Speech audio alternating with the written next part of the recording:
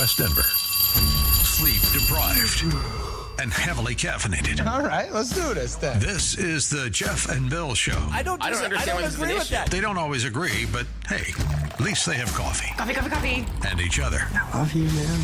God help us. I want to bless him. We need all the help we can get. Now here's Jeff Hunt and Bill Thorpe. The Jeff and Bill Show on News Talk 710 KNUS.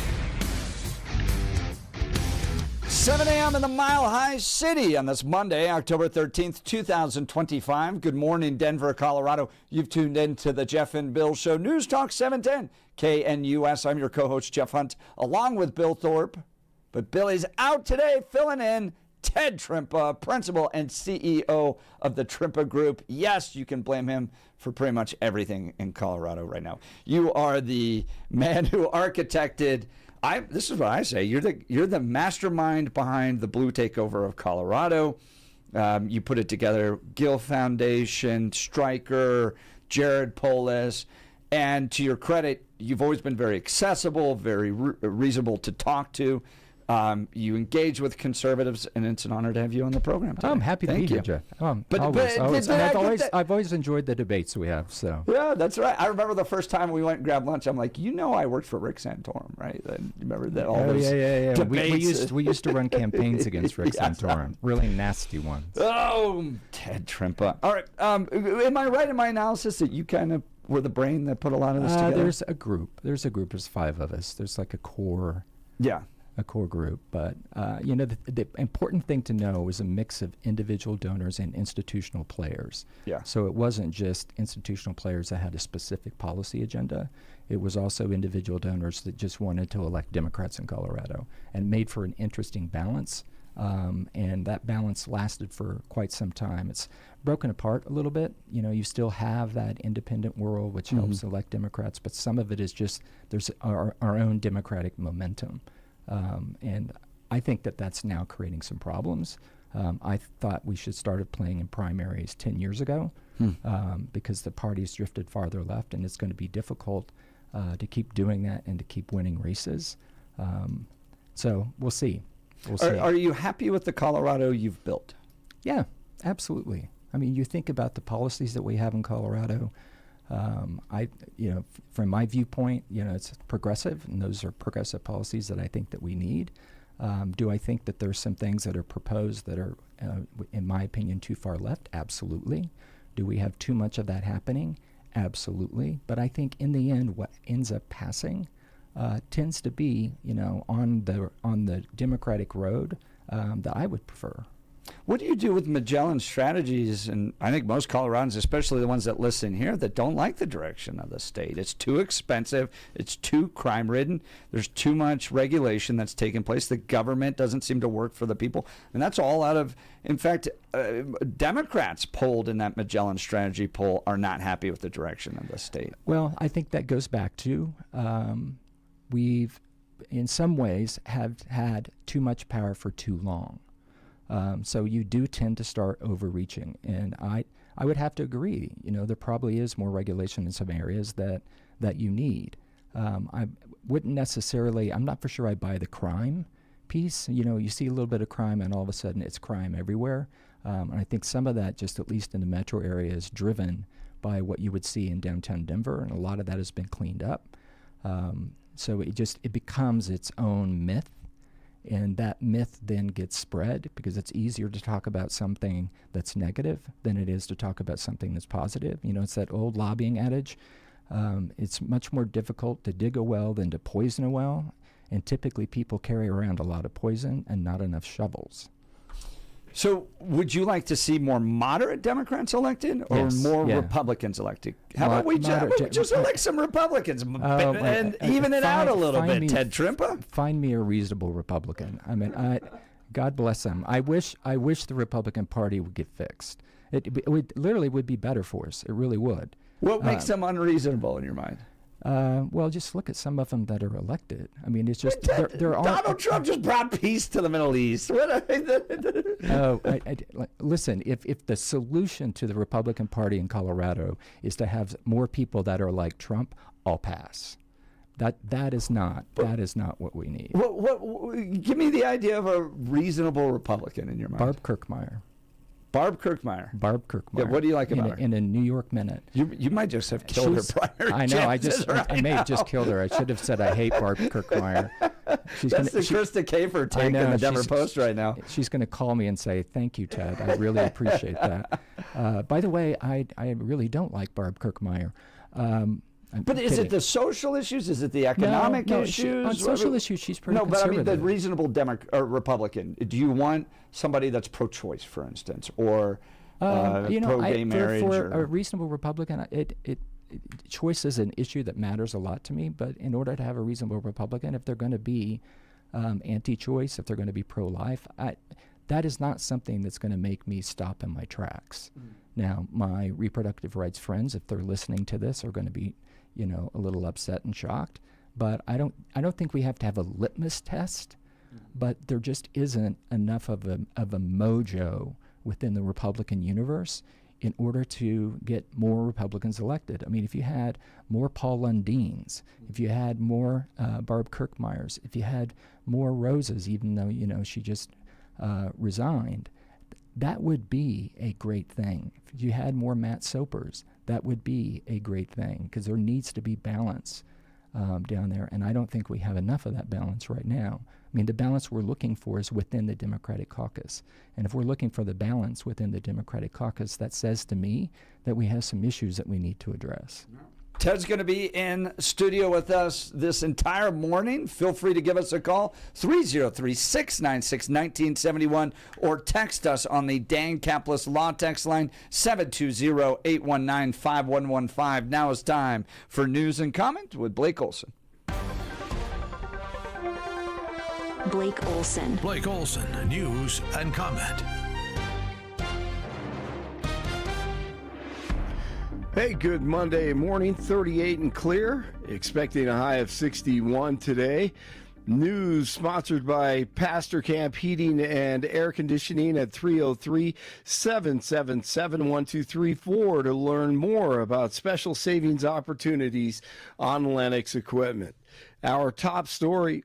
And let me also convey my tremendous appreciation for all of the nations of the Arab and Muslim world that came together to press Hamas to set the hostages free. All remaining living Israeli hostages have been released by Hamas. DJT in Israel this morning speaking and celebrating the first phase of the peace plan. And to send them home, we had a lot of help. We had a lot of help from a lot of people that you wouldn't suspect, and I want to thank them very much for that. It's an incredible triumph for Israel and the world to have all of these nations working together as partners in peace.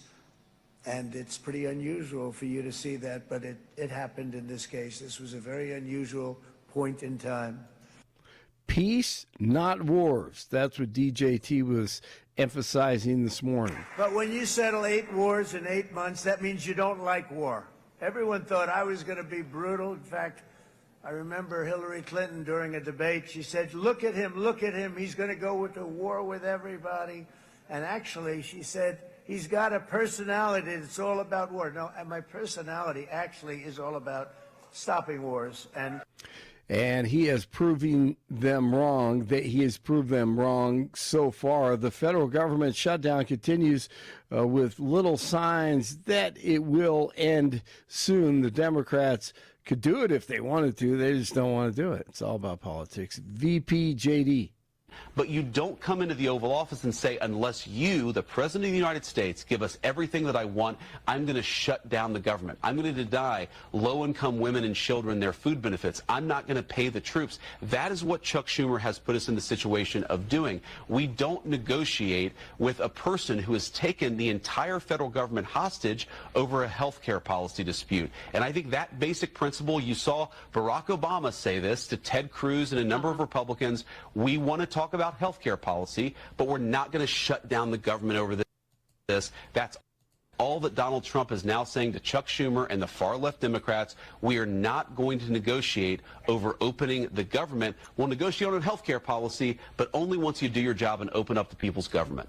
And that's not happening right now. We all know what's going on, and we'll see what the Democrats do on Tuesday. Governor Polis has activated a disaster emergency declaration for La Plata and Archuleta counties caused by Tropical Storm Priscilla.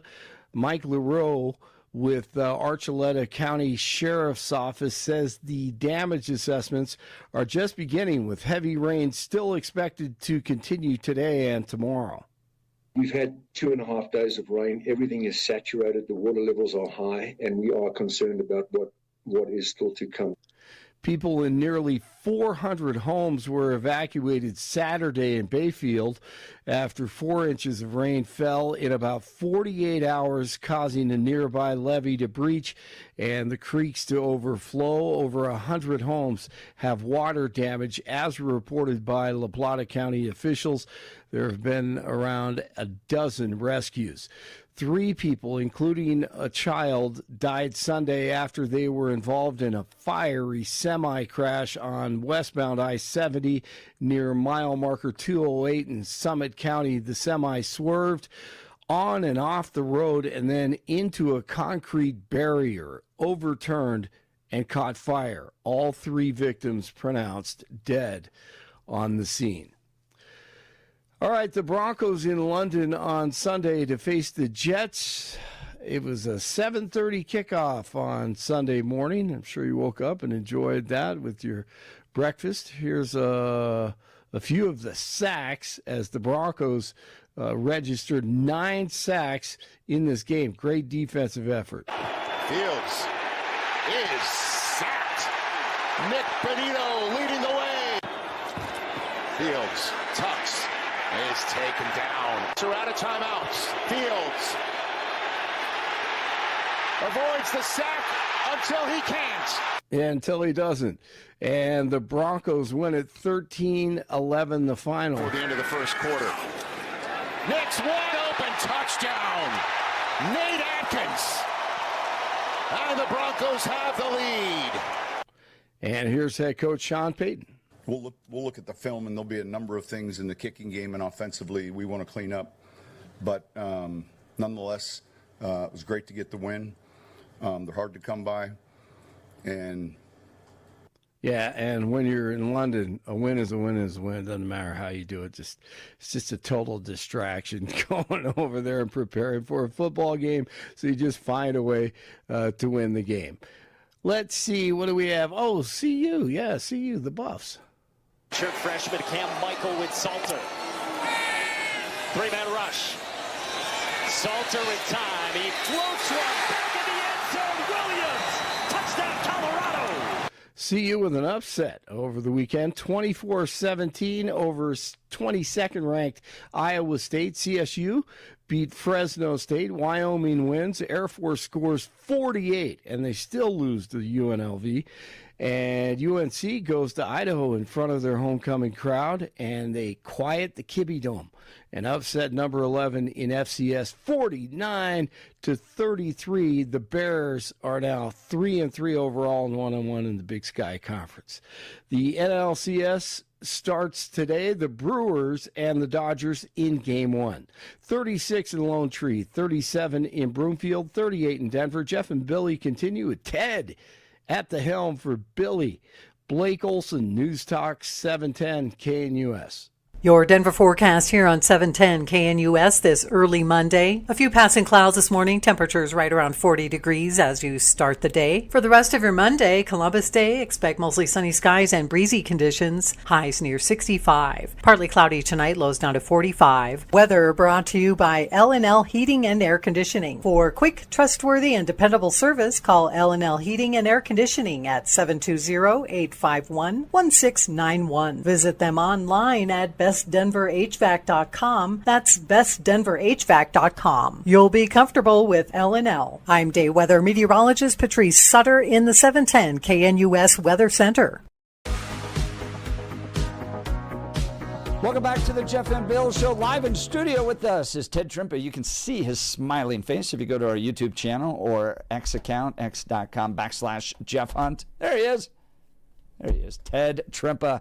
Yes, you can blame Ted for all the problems we're facing in Colorado. He's the mind behind the blue takeover, and I just wish he's such a talented tactician. I wish he was on our side, but I'm glad you're in this studio today. Well, you're welcome. Who's going to be the next governor, Ted Trimpa? Well, I hope Phil Weiser, because I've been with Phil Weiser. Weiser! But right now the numbers are, I mean, it's Bennett's to lose. It's Bennett's to lose. Do you think that's name ID? And I think a lot of it is that. But, you know, he would be, the great thing about it is I think we have really good choices all the way around. You know, I think Barb's going to have a tough time, you know, getting enough traction. Yeah. But, you know, I could say if any one of the three were governor, I would sleep well at night. Michael Bennett, Phil Weiser, Barb Kirkmeyer. Yeah, Barb's really not going to like you. I know. Today. She's going to really say, would you please stop saying you like me? Victor Marks and Scott Bottoms and Mark Baisley and Greg Lopez are all cutting their ads right now. So I don't know what Phil Weiser's done for me. I mean, feel free to correct me, but every ad I see is, I'm on lawsuit number 400 against the Trump administration. I'm like, great. That's all that guy does. What has Phil Weiser done for the people of Colorado? He's done much more than that. I mean, there's a lot of what we're doing around water. I mean, a lot of this comes from the work that Phil Weiser's doing. And I would argue that, yes, these Trump lawsuits are something that are good for Colorado. I mean, the one thing you can say about President Trump is that he doesn't hesitate on, you know, pushing the limits of executive power. And it's the job of, you know, lawyers and attorneys general to push back. I mean, that's how you determine what the extent of the executive power is. So I would want an attorney general that does that. Yeah. How about Michael Bennett?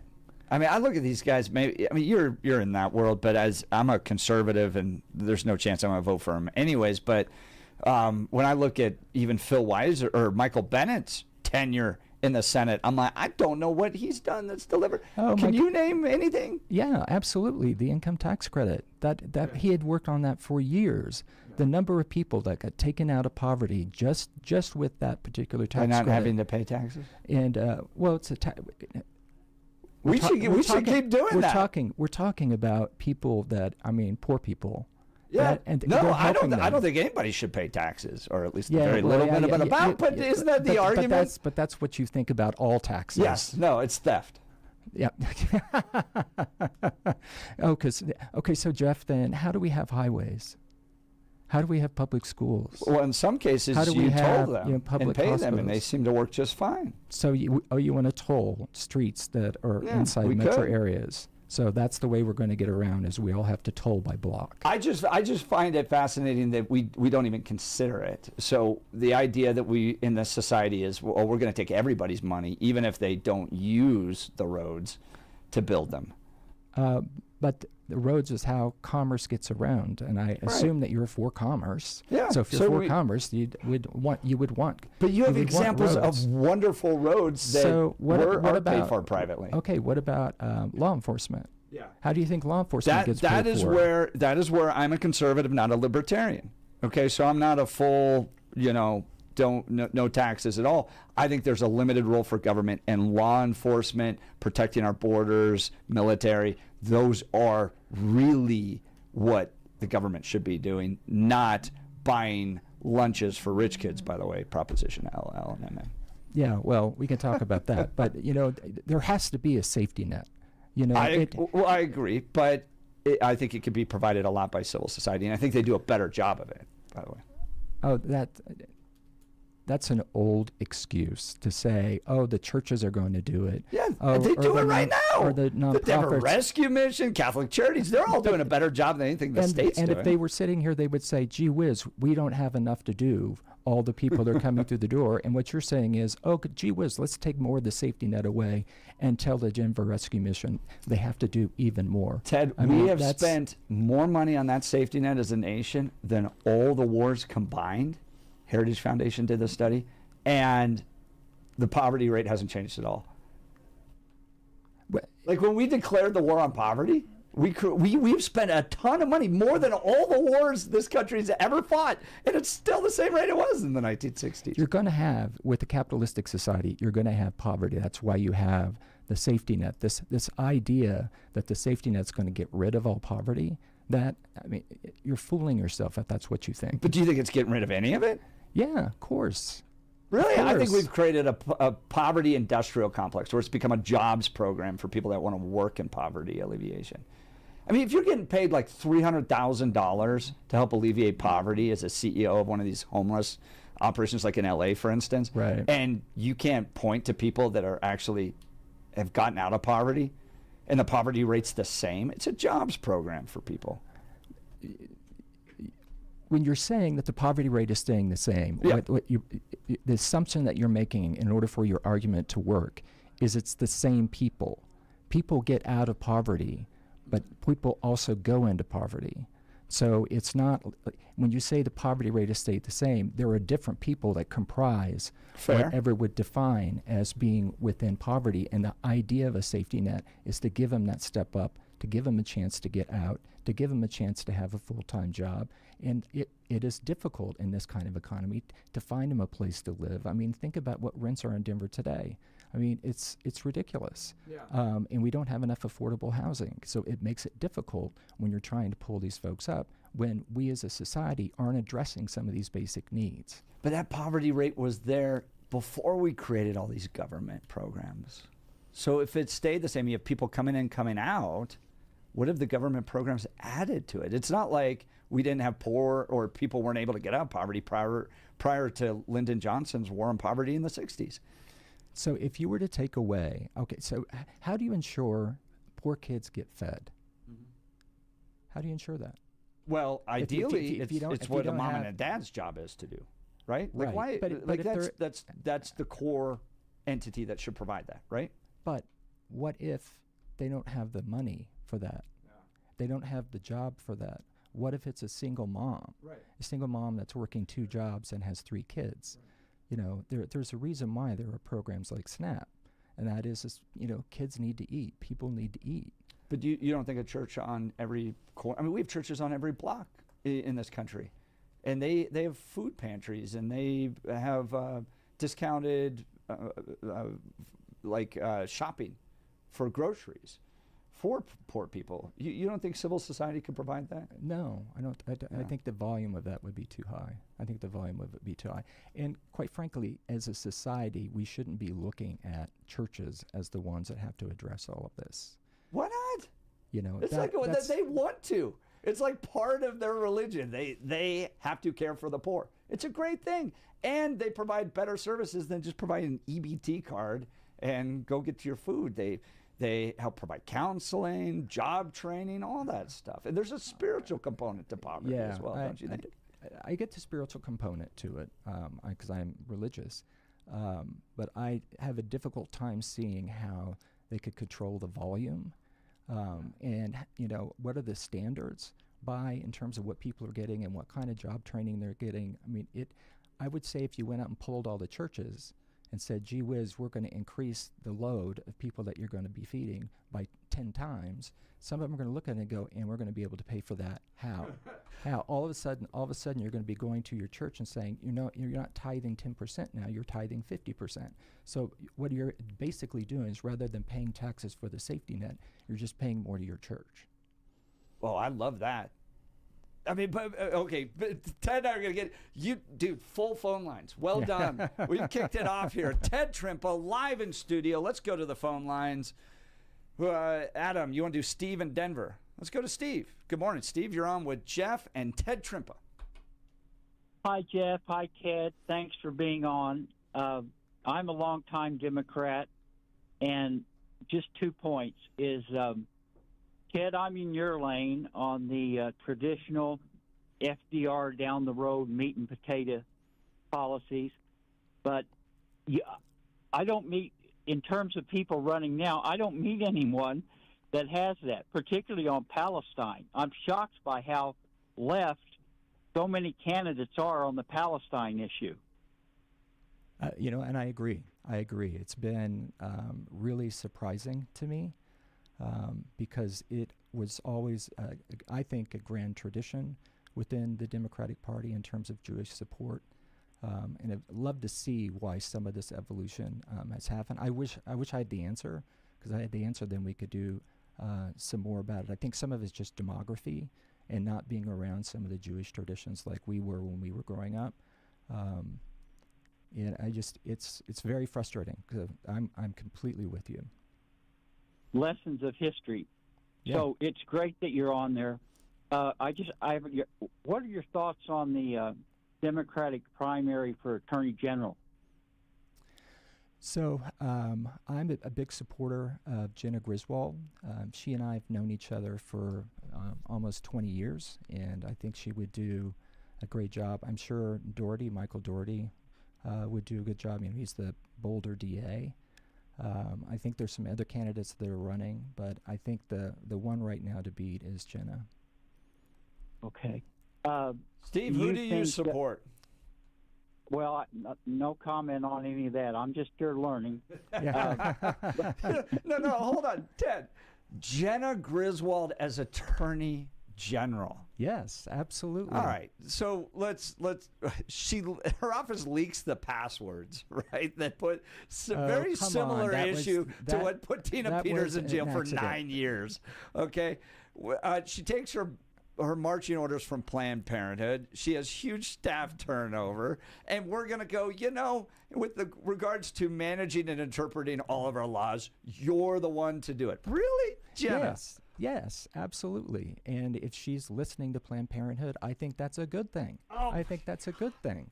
Why should the Secretary of State be listening to Planned Parenthood? Well, but as an Attorney General, she should be listening to Planned Parenthood. And why not? Why not? They're a special interest group. If you're a Secretary of State, you can't have political positions? No, they're a special interest group, so it's clear where you're taking your marching orders from. And then we can get into the whole thing of the fact that Colorado kills 70 innocent children a day. So, I don't want that organization and entity giving marching orders to our Attorney General. Yeah, well, I think we also have to remember that this is an extraordinary pro-choice state, Jeff. Yeah, I know. I think it's going to be the most pro. It's like the last one that's going to go pro-life. Yeah. But it will eventually. Well, yeah. From your lips to God's ears. Yeah, good luck. Good luck. But Jenna, so what, you look at Jenna's track record, give me an argument for why Jenna Griswold should be Attorney General. First of all, one, she is an effective lawyer. I think that you could argue that she has run the Secretary of State's office well. We have the best election system in the country. And getting that with all mail ballot, all the changes that have happened, and making sure all that was, all the trains run on time is not an easy feat. And so I think she has the chops to do it. And I think she would do a great job. You think she built that, not Scott, why am I forgetting? Or Wayne Williams? I was going to say Scott Gessler, but Wayne Williams? Well, most of this actually started way, way back. The beginning of a lot of these changes go back to 2006. And it just took time for, you add the new things that we wanted to do within the election system. So it's both Republicans and Democrats. I will say that. Yeah. Okay. It's not all her. Let's continue. By the way, Ted Trimpa's live in studio with us. Give him a call, and he'll answer your questions. Guys, we got a Democrat progressive. The architect of the Colorado Blue Wave is live in studio, and he's willing to take your calls. 303-696-1971. That's why we appreciate you, by the way. Phone texts at 720-819-5115. Let's go to Brian Arvada. Good morning, Brian. You're on with Jeff and Bill. Or Jeff and Ted.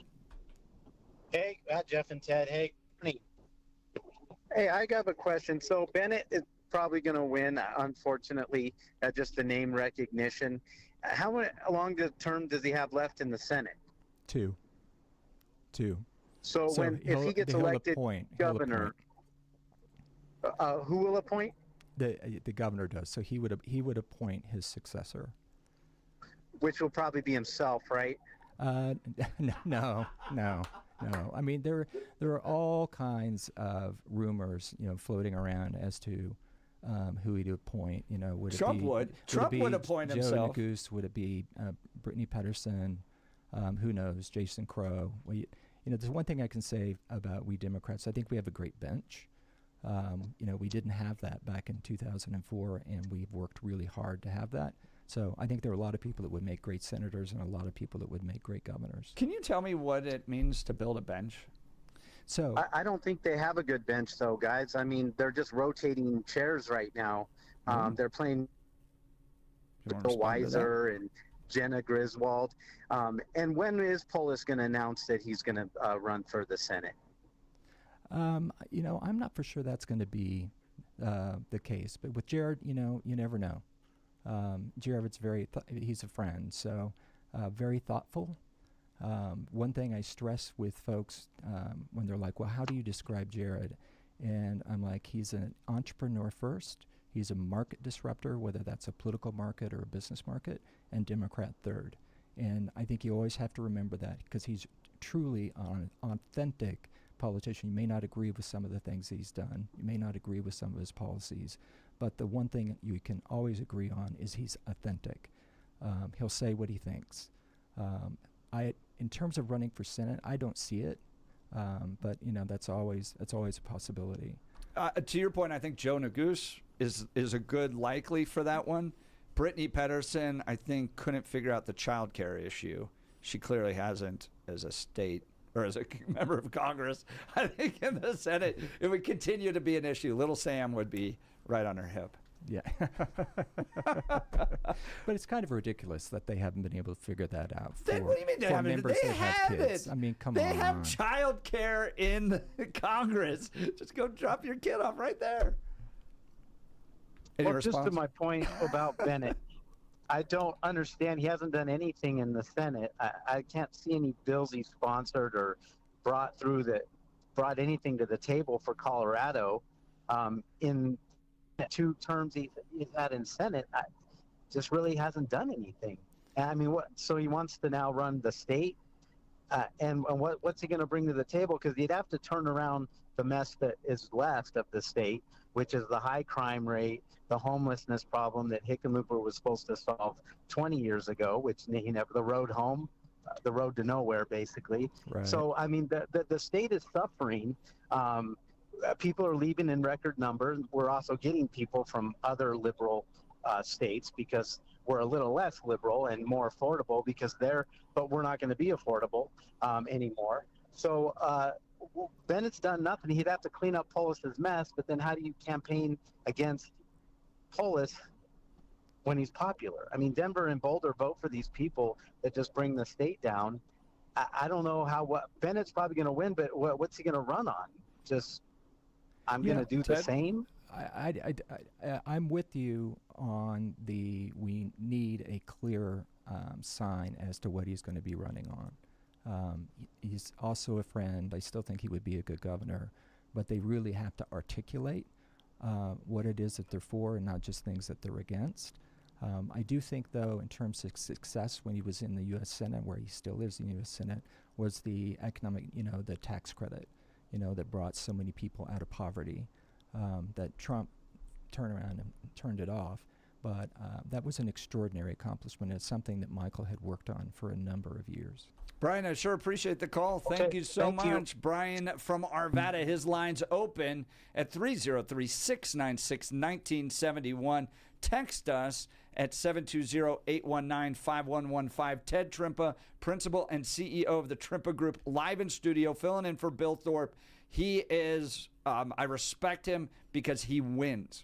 The Colorado blue wave, the blue leadership of this state is in big part because of the way he thinks and the strategies that he's built. Now, he and I disagree. I think Colorado's in a worse spot. I want to see conservative Republicans elected, but Ted's joining us live in studio for this important conversation, and he's taking your phone calls, which I appreciate. All right, let's get to Guy Rees here real quick. My wife and I went to Guy Rees recently to check out their new Hunter Douglas custom blinds, shades, and shutters, and had an incredible experience. Look, I'm overwhelmed when it comes to home decor. Not my thing.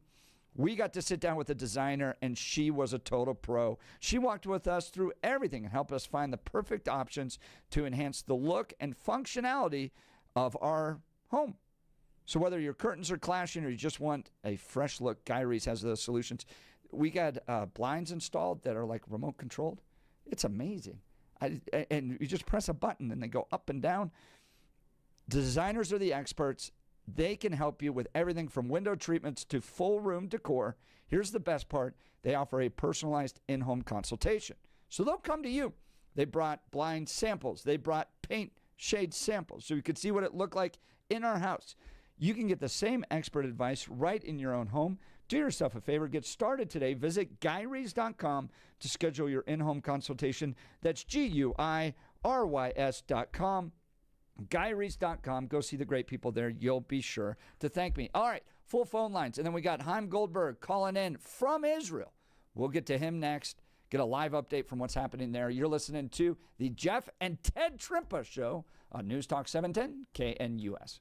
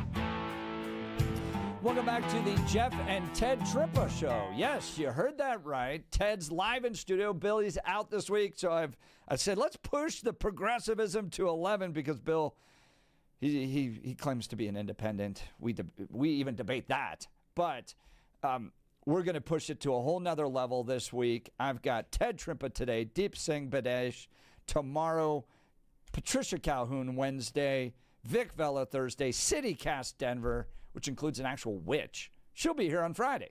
So it's a wild rodeo here on the Jeff and Ted Trimpa Show.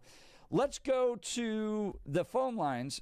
Rabbi Chaim Goldberg, live from Israel, good friend of the program. I messaged him just to get his take on what's happening. Rabbi, thank you for taking time to join us on this historic day. Give us some insight on what's happening today in Israel. Yes, thank you for having me on. Please let me know if the connection gets fuzzy. But it's a day of just incredible joy. I mean, this is a prevalent theme I've been seeing across friends, WhatsApp statuses, and just among conversations.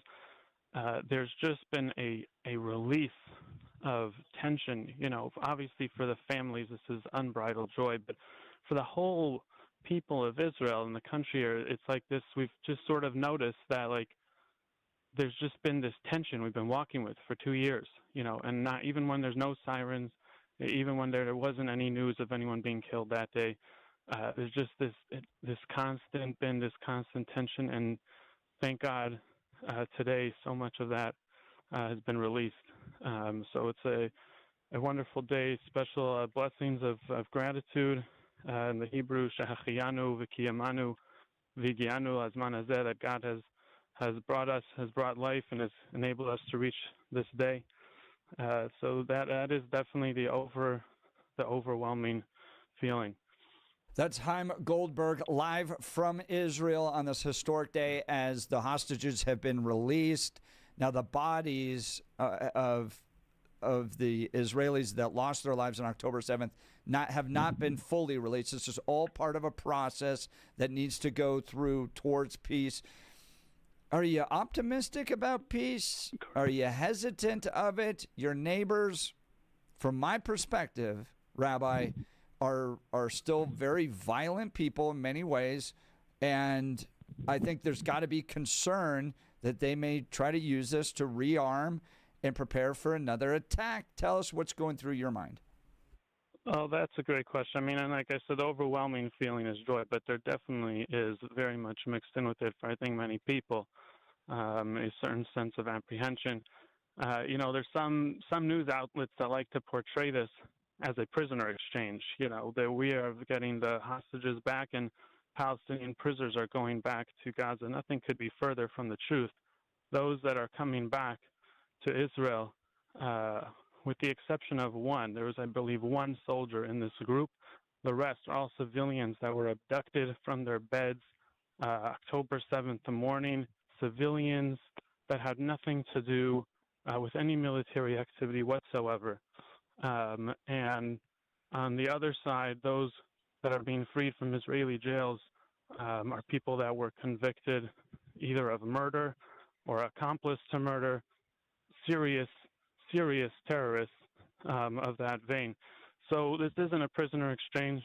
It's, you know, free innocent civilians coming home versus people that were party to murder or murderers themselves, and they're now going free. So there's that concern, and you know, there was a ceasefire on October 6th, 2023. And so the fact that there's a ceasefire now, it's obviously a lot better than war, but it's certainly no guarantee that Hamas is not going to come back. The other part of this deal with Trump is meant to be that Hamas will lay down their arms, and we certainly have to pray that that will be accomplished. You know, in the as I've learned over the last couple of years, there's a term apparently in Arabic called a hudna, and what we in the West call a ceasefire, which means everyone is supposed to stop hostilities, you know, permanently. Hudna is a temporary pause to regroup. So that is, in the Arabic media, that is the word that they are using, Hamas is using to broadcast to the Gazans. And so without Hamas being disarmed, it definitely, that, there's a tremendous amount of concern there. So that is an incredibly important part of this deal for that to actually be accomplished. That's Rabbi Chaim Goldberg live from Israel. How much credit do you give to Donald Trump for this peace negotiation? Oh, it's definitely, a tremendous amount of credit. I'll just throw in, there's also someone who, I believe he probably wouldn't want to mention his name on air, but a Denver native Jewish fellow that I know from synagogue that was working just closely. I only found this out in the last couple of days, but he's been working closely with Trump and Trump's team. So there's a Denver native in there as well, but tremendous gratitude to Trump. I was actually just visiting the Western Wall today, and right across from the walls of the old city of Jerusalem, the largest American flag ever flown in Israel was unfurled. So there's a tremendous recognition that this deal very likely would not have come to pass without Trump's involvement, and it deserves a tremendous amount of gratitude for that. Well, it's a historic day in the Middle East and a historic day for our Israeli friends. Rabbi Chaim Goldberg, live from Israel. We sure appreciate you taking time to join us. Please keep us updated on what's happening there. We'd love to have you back again. Well, let me just conclude with an invitation for anyone that's maybe had some fear of visiting Israel because it's the war. So I think it's been really perfectly safe the last year or year and a half or so. But now you got the ceasefire.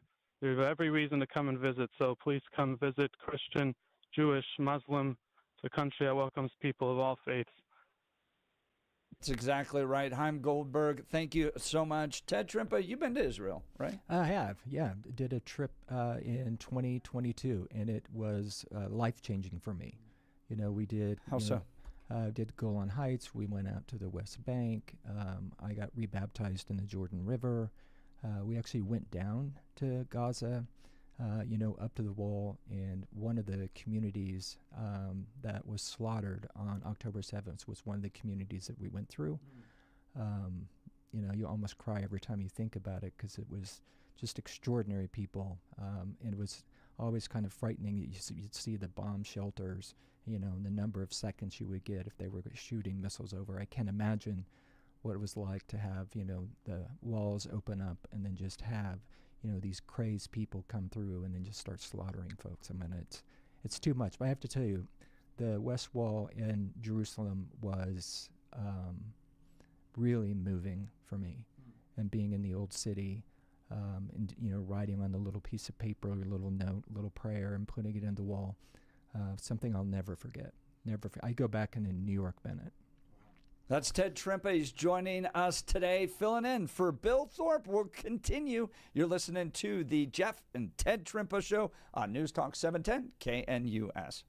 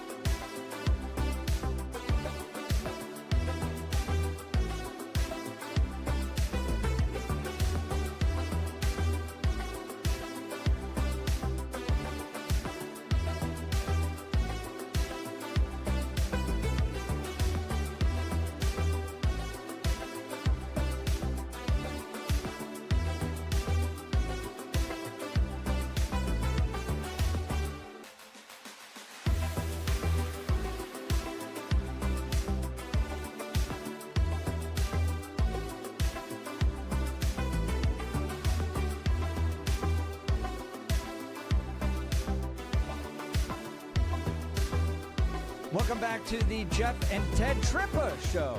Yes, this is not an ongoing thing. This is just a day he's filling in, but I appreciate Ted's willing to come in and have serious conversation. We were just talking about how we don't really get ruffled when people call us names and stuff like that. It's part of the process, but I respect Ted because he is a, what do you call it, a valiant opponent? Is that the right phrase? Like, he wins, he's successful, and I fundamentally disagree with who he's won for and who's in office. And I'm just like, if I only had him on our side, we might actually win in this state. But he's part of the mastermind that's turned Colorado blue, and he's willing to come in and sit down. I'm happy to do it. It's good to see you, Jeff. It's Likewise. Always good to debate you. I've always enjoyed it over the years. I'm still waiting for that one issue where we agree on something. Right. But maybe Israel. I think Israel and the role that they're playing there, and the fact that Democrats should not be so socialists. That's I can agree with you on that one, too. Yeah. So. I actually proposed to Channel 7 that there should be a reverse debate show where you bring in people like us and we try to find things that we might be able to agree on, and that might be more interesting than just yelling at each other, but we'll see if that happens. Ted's going to be with us for all 4 hours today. Frank, Marcus, we'll get to you. We do have an open line, so feel free to give us a call, 303-696-1971, or text us on the Dan Caplis Law text line at 720-819-5115. Speaking of Dan, did you see he had the $200 million settlement? Oh, no. Oh, congratulations. $205 million. Wow. Remember the little girl that fell off the ride up at Glenwood Caverns? Oh, yeah, right. So he represented the family, and what they discovered was that the amusement park had a workaround that they train their employees that when the alarms are going off for like the seatbelt's not connected, here's the buttons you press to still make the ride work while ignoring the alarms. Wow. And it was a process that they taught to their employees. That's why it was so high. That is It was shocking. a punitive it should be totally $200 million. Isn't that wild? So go check out Dan Caplis. He wins for people. Dan Caplis, 303-770-5551, 303-770-5551, or hit dancaplisLaw.com, DanCaplis.com. Ted Trimpa, Jeff Hunt will continue. You're listening to 710 KNUS.